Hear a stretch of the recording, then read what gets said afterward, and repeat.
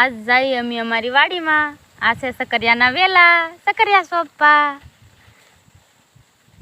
આ છે અમારી સિંગ. સિંગ ખાવી તો હાલો. હા, અમારી ડુંગળી હજી નાની નાની છે, વરસાદમાં સોંપેલી. ડુંગળીમાંથી હાલતા હાલતા પાછા હાલો આપણે જઈએ અમારી વાડીના બીજા ખૂણે. આ નાનો એવો ખૂણો છે, એમાં અમે કરી મરચી. જો નાના નાના મરચા છે એમાં. જો મરચી કરવાની નહોતી પણ વાડીની વચમાં આવી ગયો આંબો. હા, આંબો આવી ગયો તે ઓસાળમાં કરી મરચી.